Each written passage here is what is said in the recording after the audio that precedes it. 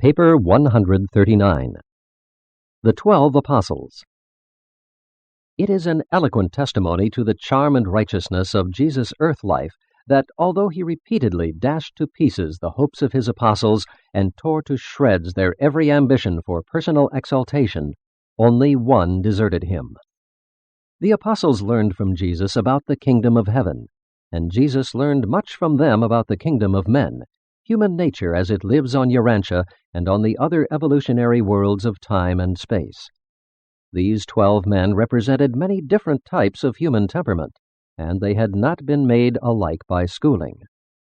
Many of these Galilean fishermen carried heavy strains of Gentile blood as a result of the forcible conversion of the Gentile population of Galilee 100 years previously. Do not make the mistake of regarding the apostles as being altogether ignorant and unlearned. All of them, except the Alphaeus twins, were graduates of the synagogue schools, having been thoroughly trained in the Hebrew Scriptures and in much of the current knowledge of that day. 7 were graduates of the Capernaum synagogue schools, and there were no better Jewish schools in all Galilee. When your records refer to these messengers of the kingdom as being ignorant and unlearned, it was intended to convey the idea that they were laymen, unlearned in the lore of the rabbis, and untrained in the methods of rabbinical interpretation of the Scriptures. They were lacking in so-called higher education. In modern times, they would certainly be considered uneducated, and in some circles of society, even uncultured. One thing is certain. They had not all been put through the same rigid and stereotyped educational curriculum. From adolescence on, they had enjoyed separate experiences of learning how to live. 5. Philip the Curious. Philip was the 5th apostle to be chosen, being called when Jesus and his first 4 apostles were on their way from John's rendezvous on the Jordan to Cana of Galilee.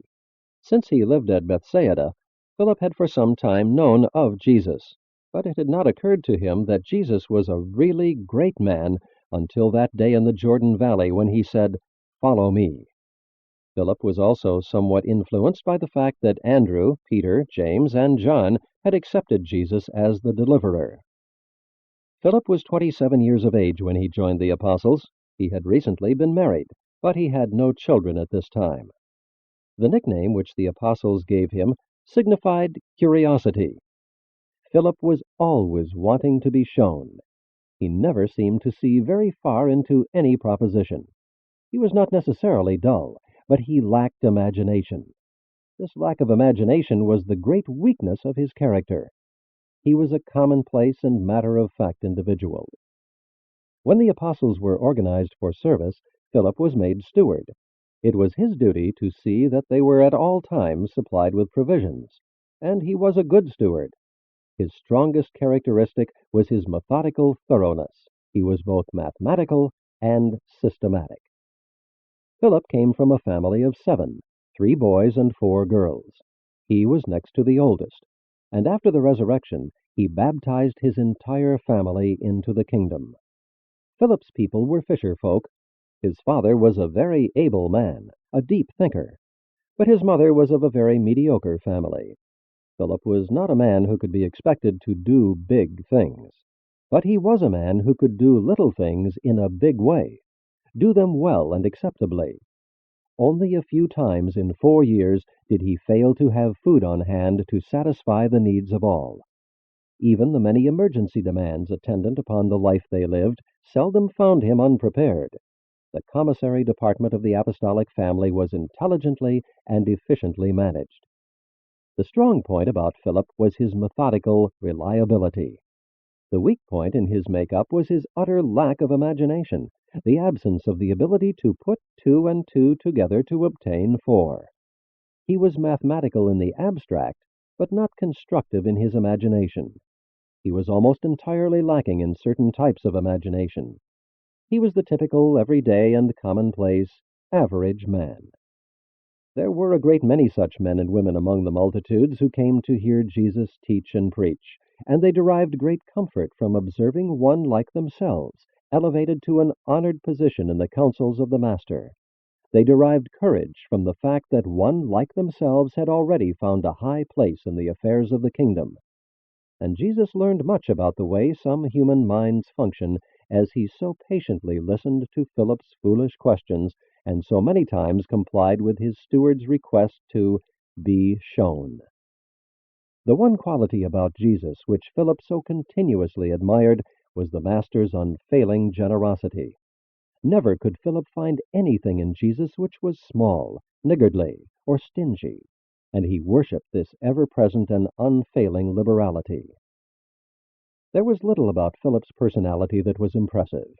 He was often spoken of as Philip of Bethsaida, the town where Andrew and Peter lived. He was almost without discerning vision. He was unable to grasp the dramatic possibilities of a given situation. He was not pessimistic. He was simply prosaic. He was also greatly lacking in spiritual insight. He would not hesitate to interrupt Jesus in the midst of one of the Master's most profound discourses to ask an apparently foolish question. But Jesus never reprimanded him for such thoughtlessness. He was patient with him and considerate of his inability to grasp the deeper meanings of the teaching. Jesus well knew that if he once rebuked Philip for asking these annoying questions, he would not only wound this honest soul, but such a reprimand would so hurt Philip that he would never again feel free to ask questions. Jesus knew that on his worlds of space there were untold billions of similar slow-thinking mortals, and he wanted to encourage them all to look to him and always feel free to come to him with their questions and problems. After all, Jesus was really more interested in Philip's foolish questions than in the sermon he might be preaching. Jesus was supremely interested in men, all kinds of men.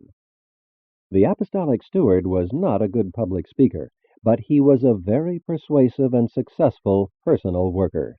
He was not easily discouraged. He was a plodder and very tenacious in anything he undertook. He had that great and rare gift of saying, "Come." When his first convert, Nathanael, wanted to argue about the merits and demerits of Jesus and Nazareth, Philip's effective reply was, "Come and see." He was not a dogmatic preacher who exhorted his hearers to go, do this, and do that. He met all situations as they arose in his work with come. Come with me. I will show you the way. And that is always the effective technique in all forms and phases of teaching. Even parents may learn from Philip the better way of saying to their children, not go do this and go do that, but rather come with us while we show and share with you the better way. The inability of Philip to adapt himself to a new situation was well shown when the Greeks came to him at Jerusalem saying, "Sir, we desire to see Jesus."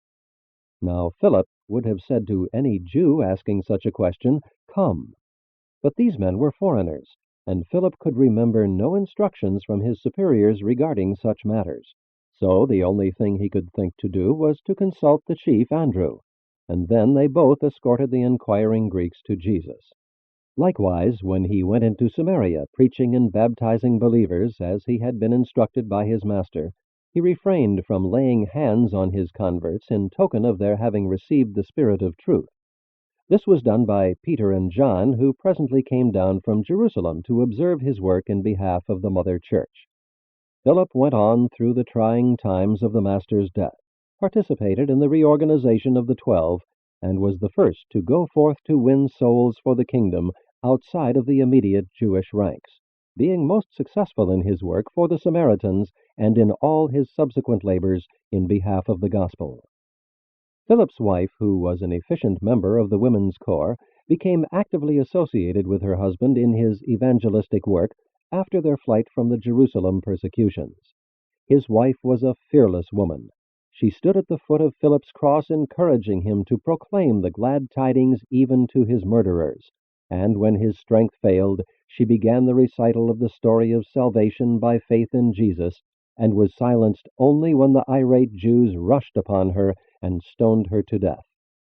Their eldest daughter, Leah, continued their work, later on becoming the renowned prophetess of Hierapolis.